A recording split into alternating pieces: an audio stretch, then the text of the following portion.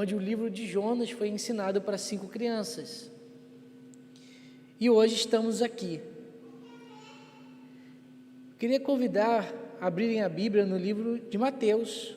Hoje nós vamos dar continuidade à meditação no livro de Mateus, capítulo 3, depois de quase um pouco mais de um mês, sem tratarmos, acho que foram 5 domingos, nós damos continuidade ao livro de Mateus, capítulo 3, nós vamos ler o verso 1 e o verso 2 também, verso 1 e verso 2.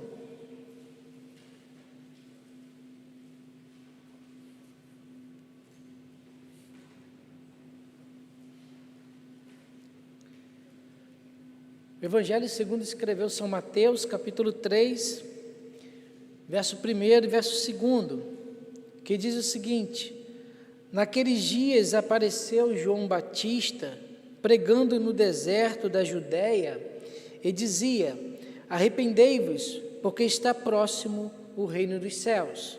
Repetindo, naqueles dias apareceu João Batista, pregando no deserto da Judéia, e dizia: arrependei-vos, porque está próximo o reino dos céus. Senhor Deus, aplica, Pai, a Tua palavra em nossos corações, e que a Tua palavra possa nos transformar, e que nós possamos sair daqui hoje na certeza, Pai amado, que a Tua palavra falou conosco. Senhor Deus, toma todos os nossos irmãos e amigos que estão nas redes sociais, que o Teu Santo Espírito, Senhor Deus, possa trazer a realidade da sua mensagem, e que o Senhor, Pai amado, possa consertar as minhas palavras, que eu possa diminuir para que o Senhor cresça, e que a Tua palavra venha fazer sentido em nossos corações e em nossas vidas. Senhor, é o que eu te peço, em nome do Seu Filho Jesus Cristo, amém. O título dessa mensagem que eu quero trazer nessa manhã, para a nossa meditação, é A Voz do Evangelho. A voz do Evangelho. Nós tivemos aqui, hoje é a 19ª pregação em cima do livro de Mateus. Nós tratamos 18 pregações em cima do 1º e do 2º capítulo, onde nós concluímos a nossa meditação em cima da introdução do livro de Mateus. Nos 2 primeiros capítulos nós fomos revelados da grandeza da criança que estava nascendo. O Cristo estava entre nós, o legítimo filho de Davi acabara de nascer. Os magos reverenciaram e renderam adoração ao rei que estava recém-nascido, que tinha acabado de nascer. Agora, após o pequeno rei ter nascido, ele tinha que estabelecer o seu reino. Ele tinha que mostrar qual era o seu reino, tinha que publicar a mensagem do nascimento desse rei. Esse rei necessitava ser proclamado. A mensagem do reino de Cristo começa no batismo, na Judéia, no Rio Jordão. O batismo foi a porta de entrada para a proclamação do Evangelho. Na teologia nós conhecemos e sabemos que o batismo em si só não salva ninguém. Passar pelas águas batismais, receber o batismo aqui na frente, não é um mérito de salvação, porque até que nós não acreditamos de salvação por mérito, nós acreditamos na salvação pela graça. Mas o batismo, ele é a exposição externa daquilo que aconteceu internamente em nossas vidas. O trabalho feito pelo Espírito Santo em nossas vidas, ela se torna aparente para a sociedade no momento que nós nos batizamos. É a nossa confissão pública de fé, onde nós chegamos diante da congregação, diante daqueles que aceitaram Jesus Cristo e já foram batizados, e declara que Jesus Cristo é o Senhor da nossa vida. Esse é o batismo que nós confessamos. E o João Batista, ele faz uso de um batismo diferente do nosso, mas no conceito intrínseco se torna quase parecido. João está fazendo o batismo na Judéia, o que é conhecido o batismo de prosélito. E o que é o batismo de prosélito? Quando um gentio, na história do judaísmo, olhava para o judaísmo, olhava para o povo hebreu, olhava para a lei de Deus e falava o seguinte: esse é o Deus verdadeiro. O gentio, diferente dos judeus, os judeus tinham que praticar a circuncisão. O gentio, além de praticar a circuncisão, eles tinham que passar pelo batismo de prosélito. Ele tinha que ser batizado para a confissão pública de que ele aceitava o Deus de Abraão, Isaque e Jacó como o único Deus. Era o início de um gentio na tradição judaica, na fé judaica. Assim como Jesus inicia o seu ministério com o batismo, pela sua confissão pública, diante daqueles que estavam em volta, nós fazemos a mesma coisa. Nós iniciamos a nossa caminhada dentro da igreja, não dentro da salvação, porque esse é no momento da conversão, quando nós aceitamos Jesus Cristo, quando o Espírito Santo faz morada em nosso ser, nós estamos no caminho da salvação, mas o nosso caminho ministerial, ela se inicia no batismo, onde nós confessamos e todos ouvem que Jesus Cristo é o Senhor. Nós aceitamos apenas esse caminho como iniciação na fé cristã, um único viés de acesso à membresia da igreja, porque unicamente foi essa instrução dada por Jesus Cristo. Não é porque o pastor assim quer, não é porque a união da USB assim deseja, não por vontade de homens, mas pela vontade do próprio Deus encarnado, nos passou que depois da conversão a pessoa precisa ser batizada, e após o batismo a pessoa está inserida.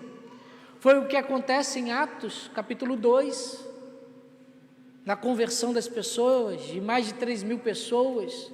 Foi o que aconteceu com Eunuco, diante de Felipe. E assim Cristo instituiu, e assim iniciamos a nossa carreira de comunhão de fé. O texto base que nós estamos diante aqui nesse momento, nos coloca no início do Evangelho. Esse texto aqui é datado por volta do ano de 26 a 27 depois de Cristo,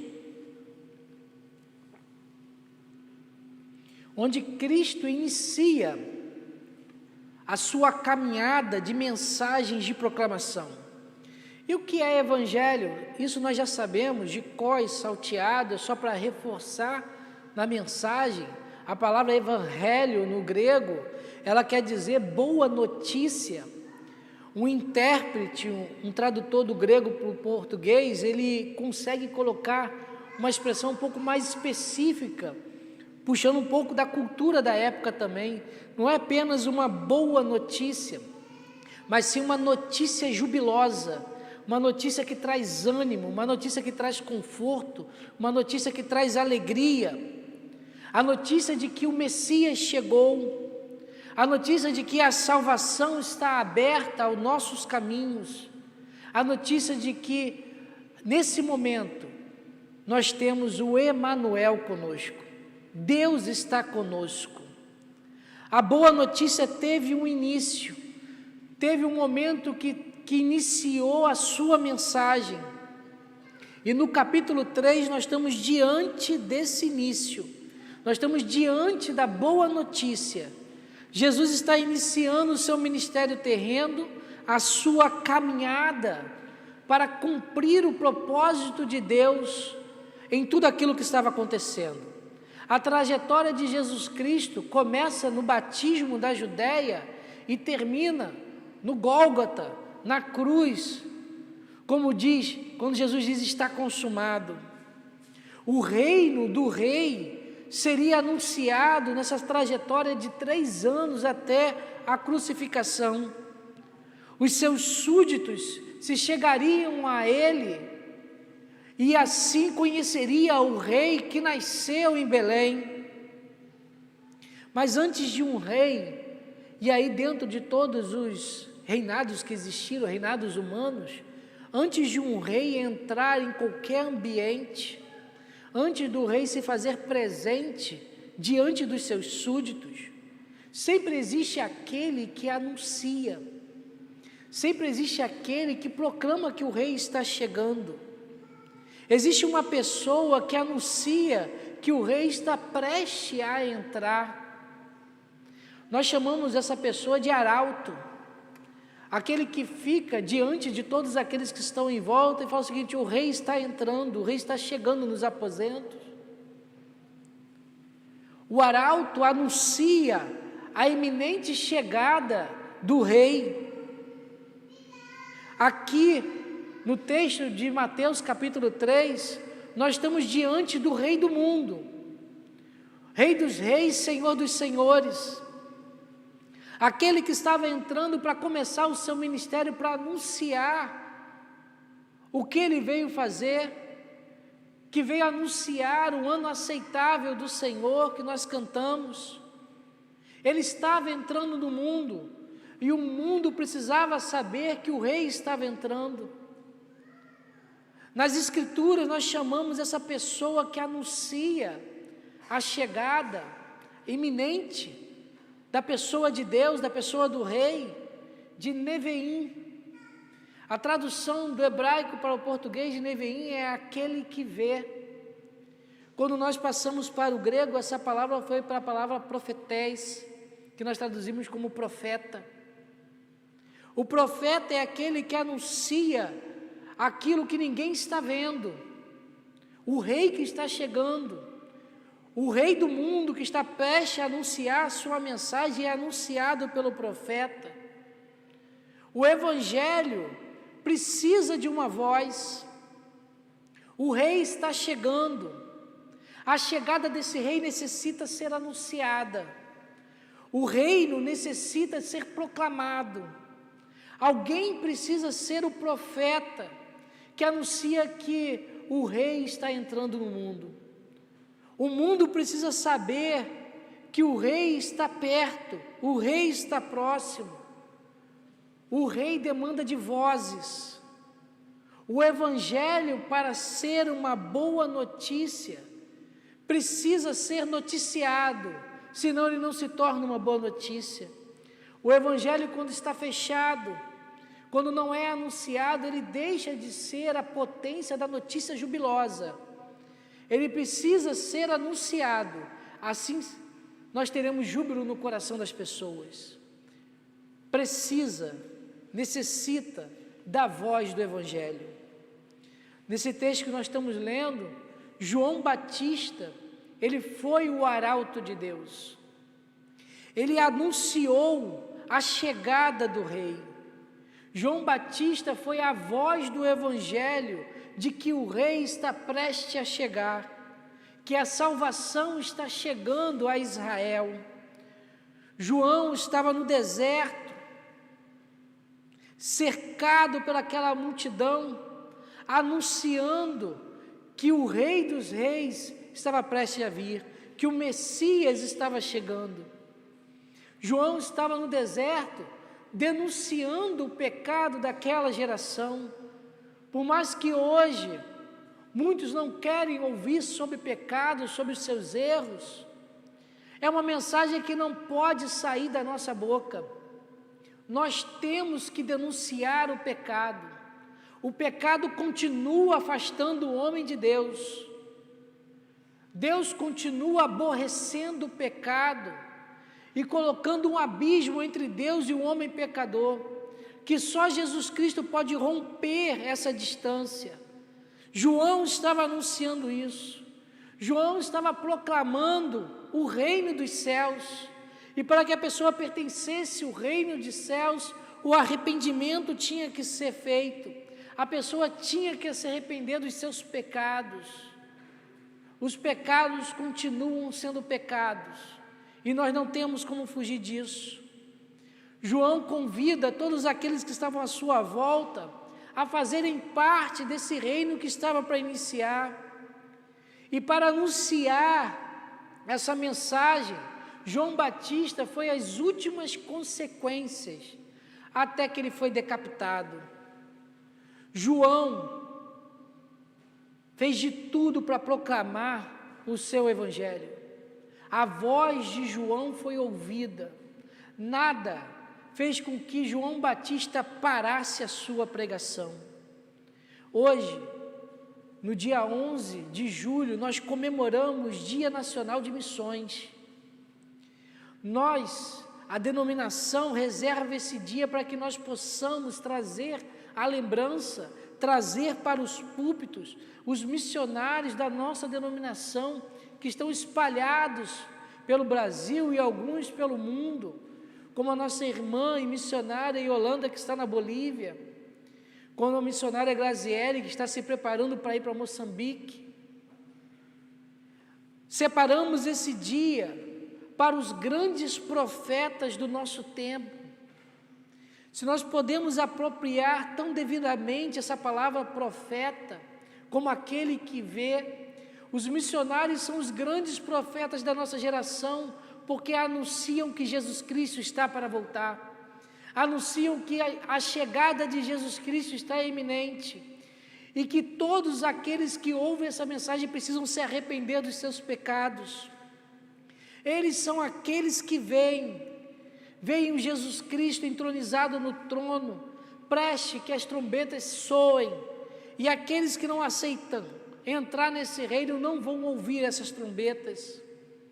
Alguém precisa indicar o caminho e mostrar que Jesus Cristo está voltando, que Jesus Cristo é o Salvador, que Jesus Cristo é o Rei dos Reis, os grandes arautos da nossa época, pessoas que continuam suportando as últimas consequências de frio, fome, solidão, ausência da família, e algumas vezes a ausência do apoio da igreja que o enviou, tanto apoio de palavras, como apoio financeiro, mas eles não desviam da sua mensagem, pregam a sua mensagem. Mas todavia, igreja, essa incumbência não pertence apenas aos missionários, não é só os missionários que são os arautos de Deus. A igreja de Cristo precisa ser ela toda arauto do nosso Senhor Jesus Cristo. Nós precisamos continuar denunciando o pecado. Nós somos chamados para anunciar que Cristo, e esse Cristo crucificado, como diz em 1 Coríntios capítulo 1, é o Salvador do mundo. Não importa que a nossa sociedade não queira ouvir, não importa que os ouvidos estejam fechados, assim como aquele público que estava ouvindo João Batista naquele dia. Estavam ali em volta de João Batista os fariseus e saduceus, que os ouvidos estavam fechados, mas João Batista não parou de anunciar. Nós temos que continuar indicando o caminho para essa geração. Nós somos o arauto do nosso Senhor, nós somos a voz do Evangelho. Em 1 Pedro, capítulo 2, verso 9, o texto vai dizer o seguinte: vós, porém, sois raça eleita, sacerdócio real, a nação santa, povo de propriedade exclusiva de Deus, a fim de proclamardes as virtudes daquele que vos chamou das trevas para a sua maravilhosa luz. Nós somos propriedade de Deus, nós somos sacerdotes, nós somos a nação santa, e usando o termo moderno e pós-moderno, nós somos embaixadores de Cristo, e nós fomos chamados para proclamar as virtudes daquele que nos chamou. Não foram só os missionários, não foram só os pastores, não foram só os evangelistas. A igreja do Senhor foi chamada para anunciar a mensagem da maravilhosa luz. Nós somos propriedade exclusiva de Deus e precisamos anunciar as boas novas de Jesus. João Batista, ele foi o arauto de Deus. Jesus Cristo teve o início do seu ministério após o anúncio da chegada por João Batista. E Jesus tem o início do ministério na vida das pessoas, depois que nós anunciamos a sua chegada. Nós precisamos anunciar a chegada do Salvador, para que o Salvador possa entrar nas vidas e mostrar quem realmente Ele é. Nós somos o arauto. João Batista foi às últimas consequências e teve a sua morte, e ele não recuou, e nós não podemos recuar diante de todos os empecilhos e obstáculos que estão à nossa volta. Nós não podemos frear, parar, mesmo que nós possamos ir a últimas consequências. Estamos diante de uma pandemia e pessoas estão morrendo, pessoas estão perdendo a sua vida biológica, quase 600 mil morreram, mas muitos desses que morreram também morreram na sua morte espiritual e eternamente estarão afastados de Deus. A igreja precisa continuar sendo arauto do Senhor, pelas ruas, pelos bairros, pelas praças, nas praias, nos comércios. Existem pessoas e aqueles que ainda não encontraram Jesus Cristo como Salvador, que ainda estão numa morte espiritual e distanciadas de Deus. E se nós não anunciarmos a morte biológica quando chegar, eles não terão outro destino senão uma morte eterna. Hoje nós somos morada do Espírito Santo, fomos iluminados por Cristo e pela mensagem maravilhosa da luz de Cristo, e o Espírito Santo habita dentro das nossas vidas. A luz de Jesus entrou em nossas vidas e somos preenchidos por essa luz. Nós precisamos deixar essa luz brilhar, nós precisamos deixar a luz de Cristo brilhar na nossa geração. Ela precisa brilhar a cada dia e nós somos os condutores dessa luz. Em Mateus, capítulo 5, verso 14 a 16, texto da mensagem do nosso Senhor, diz o seguinte: vós sois a luz do mundo. Não se pode esconder uma cidade edificada sobre um monte, nem se acende uma candeia para colocá-lo debaixo do alqueire, mas no velador, e alumia a todos que se encontram na casa. Assim brilhe também a vossa luz diante dos homens, para que vejam as vossas boas obras e glorifiquem o vosso Pai que está nos céus. Nós temos, igreja, que brilhar a luz de Cristo. A luz de Cristo está dentro das nossas vidas e ela precisa ser brilhada. O mundo está em escuridão, o mundo está em trevas, o mundo é escravo do pecado e o pecado escraviza o mundo. Um mundo doente, afastado de Deus, que a cada dia busca mais pecado. Nós vemos aí as ideologias tentando perverter as escrituras sagradas, a ideologia de gênero tentando forçadamente bater a porta e empurrar com o pé, indo de encontro a tudo aquilo que Deus ensinou, indo de encontro às verdades do Senhor. O nosso Senhor continua não aceitando, e Ele não aceitará. As ideologias podem tentar forçar na nossa sociedade, mas diante de Deus nada é forçado, porque Ele é que tem todo o poder no céu e da terra, e nós precisamos ser a luz para essa sociedade.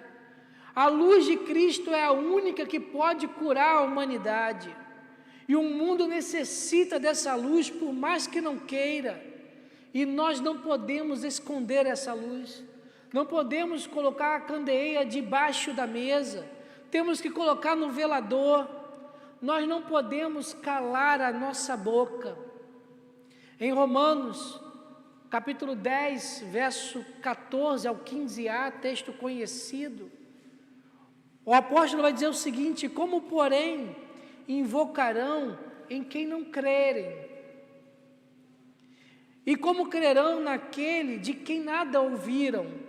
E como ouvirão se não há quem pregue? E como pregarão se não forem enviados? nós fomos enviados para estar dentro dessa sociedade. Missões não é feito apenas indo para uma outra cidade, indo para um outro país. Fernandinha falou aqui no início do louvor, não é apenas os missionários que são chamados a proclamar o Evangelho. Nós não cumprimos o anúncio do Evangelho apenas indo para outro continente. Nós somos chamados para anunciar o Evangelho ao nosso redor, à nossa volta. Francisco de Assis diz: pregue a palavra, pregue a palavra, pregue a palavra. Se precisar, fale alguma coisa. Nós somos chamados para viver o Evangelho diante dessa sociedade. O Evangelho tem que brilhar da nossa volta, à nossa volta, a tal ponto que a palavra do Senhor possa ser falada mesmo sem nós expressarmos com a nossa voz. Ela tem que ser pregada com os nossos olhos, ela tem que ser pregada com os nossos ouvidos, tem que ser pregado com o nosso olfato, tem que ser pregado com o nosso temperamento, de tal forma que a nossa presença proclame o Evangelho tão forte, e mais forte até do que as nossas palavras. Nós precisamos pregar o Evangelho, nós precisamos ser a luz de Cristo, e essa luz precisa brilhar. Nós temos deixado a luz de Cristo brilhar em nossa vida. Quando passamos pela nossa rua, os vizinhos falam: lá vai um homem e uma mulher de Deus. Quando nós passamos pelo nosso bairro, as pessoas olham para a gente e falam assim: aquele ali, aquela ali, é uma mulher de Deus, é um homem de Deus. Nós somos reconhecidos pela luz que brilha em nós. João Batista foi uma voz do Evangelho na sua época. Nós somos a voz do Senhor na nossa época. Quando chegarmos diante de Deus, o que nós vamos falar para o Senhor? Será que nós vamos falar que nem Paulo? Combati o bom combate, acabei a carreira e guardei a fé? Ou vamos falar: Senhor, se o Senhor deixasse eu terminar minha faculdade, Senhor, se o Senhor deixasse eu me aposentar, se o Senhor não voltasse agora e me desse mais 5 anos, eu proclamaria o Evangelho, eu anunciaria o Evangelho. Se o Senhor esperasse eu pegar mais maturidade ou mais experiência, ou terminar o seminário, ou fazer o mestrado, eu estaria pronto para anunciar o Evangelho. O que nós faremos quando chegarmos diante de Deus? Se nessa noite, se nesse momento, nesse dia, o Senhor nos chamar à sua presença, e a sua voz soar ao nosso ouvido, o que nós diremos a Ele? Deus nos chamou, e somos intimados por Ele, para deixarmos a sua luz brilhar. Não é a igreja que chama, não é a igreja que te chama para de repente estar dentro de um departamento, dentro de uma união, dentro de um ministério. São os nossos chamados que nos colocam diante das demandas e necessidades da igreja, para que a luz de Cristo possa brilhar. Todos vocês que estão aqui, vocês que estão em casa, todos nós já ouvimos uma música, e posso dizer que alguns já devem estar até cansados de ouvir essa música. O nome dessa música é Acenda uma Luz, autoria de Marcos Witt, que é prelúdio e pós-lúdio de todos os nossos vídeos. Música da década de 90, que nós colocamos de propósito no início dos nossos vídeos, e foi o pano de fundo dessa mensagem. A letra diz o seguinte: acenda uma luz e deixe-a brilhar, a luz de Jesus que brilha em todo lugar. Tu não podes te esconder, tu não podes te calar, diante da necessidade, acenda uma luz na escuridão. Essa música está nos inícios dos nossos vídeos de propósito. Mesmo ausentes do nosso culto, nós nunca cantamos essa música aqui na igreja, pelo menos não no período que eu estou, mas ela faz parte de todos os nossos vídeos, e todos que estão em casa ou que entram no nosso vídeo escutam pelo menos ela por 6 minutos, 3 minutos no início e 3 minutos no final, escutam essa música por 3 minutos, e essa música me diz muita coisa, e por isso que ela foi colocada lá. Desde o seminário, desde a época de seminarista, essa música fala comigo. Como ministro do Evangelho, como ministro do Senhor, eu preciso direcionar o meu chamado. Eu preciso direcionar o meu chamado em direção à vontade de Deus. Como pastor da igreja, como pastor dessa igreja, eu preciso direcionar essa igreja para a vontade de Deus. E essa música, ela se tornou tema da minha missão. Ela é tema do meu chamado. Quando eu escuto essa música, eu escuto por que Deus me chamou. Por que hoje eu estou aqui na frente pregando a palavra do Senhor. Porque o Senhor me direcionou para uma igreja. E eu peço, todos vocês que estão aqui hoje me ouvindo, toda vez que ouvirem essa música, que vocês possam sempre lembrar, possam sempre trazer à memória que a nossa missão pessoal, a nossa missão como igreja, a missão da Igreja Evangélica Congregacional de Lindo Parque, é acender a luz na escuridão que está a nossa sociedade. A nossa missão é que a luz de Cristo seja acesa para todos aqueles que estão perdidos. Nós não podemos desviar dessa missão. A nossa sociedade precisa ter essa luz acesa. E nós temos que ver isso como a nossa missão de vida, levando a últimas consequências, a morte efetiva e real, se for preciso, porque Deus precisa que a sua luz seja acesa. Pessoas precisam ouvir a mensagem de Cristo. Eu queria convidar vocês para ouvir essa mensagem, ouvir essa música e meditar nessa letra. Vamos ouvir a música?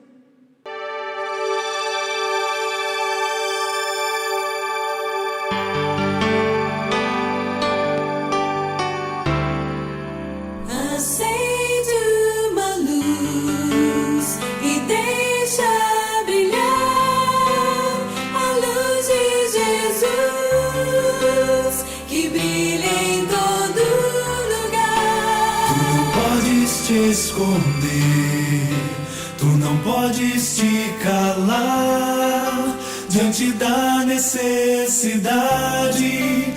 Acende uma luz na escuridão.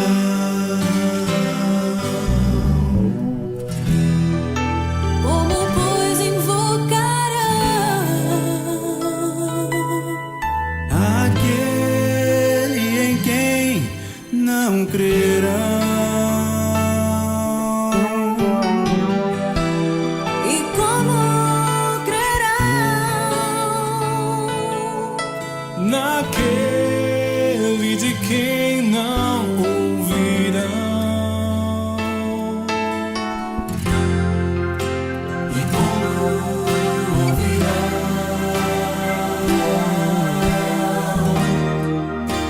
se ninguém lhes prega?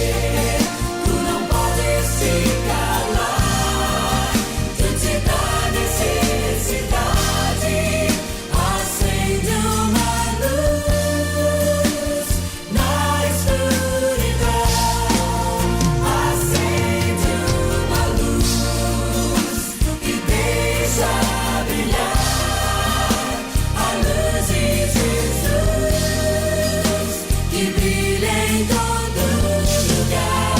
Tu não podes se esconder, tu não podes te calar. Diante da necessidade, acende uma luz na escuridão.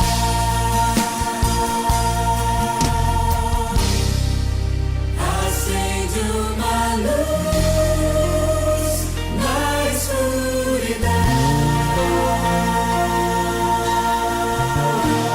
Acenda uma luz na escuridão. Deixa Jesus Cristo brilhar. A sociedade está na escuridão e nós temos a luz do mundo.